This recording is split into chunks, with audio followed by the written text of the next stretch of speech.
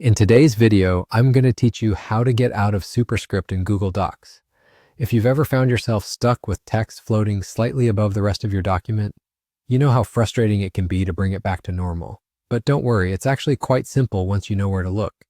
Whether you've used Superscript intentionally for footnotes or mathematical exponents, or perhaps by accident, I'm here to guide you through undoing that formatting quickly and easily. So let's dive right in. First things first, if you've already created text in Superscript and you're ready to revert it back to normal text, you'll need to highlight that specific section.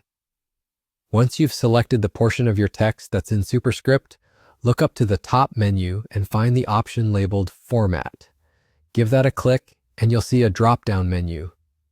Here, you want to bring your attention to the Text submenu. When you hover over or click on text, another menu will appear. Here's where the magic happens. You'll see an option named Superscript. Give that a click, and just like that, your text will drop back down to its normal baseline. Now let's say you want to reapply Superscript because changes in your document require it. You follow the same steps. Go to Format, hover over Text, and then simply toggle Superscript again. This back and forth process ensures you have complete control over how your text is displayed. For those who prefer using keyboard shortcuts to speed things up, there's a handy shortcut you can use. You can toggle Superscript on or off by pressing Ctrl plus the period key simultaneously. So, if your text is in Superscript and you want it to return to normal, highlight your text and hit Ctrl and period.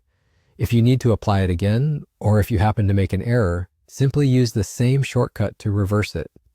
Shortcuts can be real time savers, especially if you frequently need to switch back and forth between regular text and Superscript in your work. By using the menu or shortcut method, you'll be well equipped to handle any Superscript situation that comes your way in Google Docs. That's it for today's tutorial on how to get out of Superscript in Google Docs.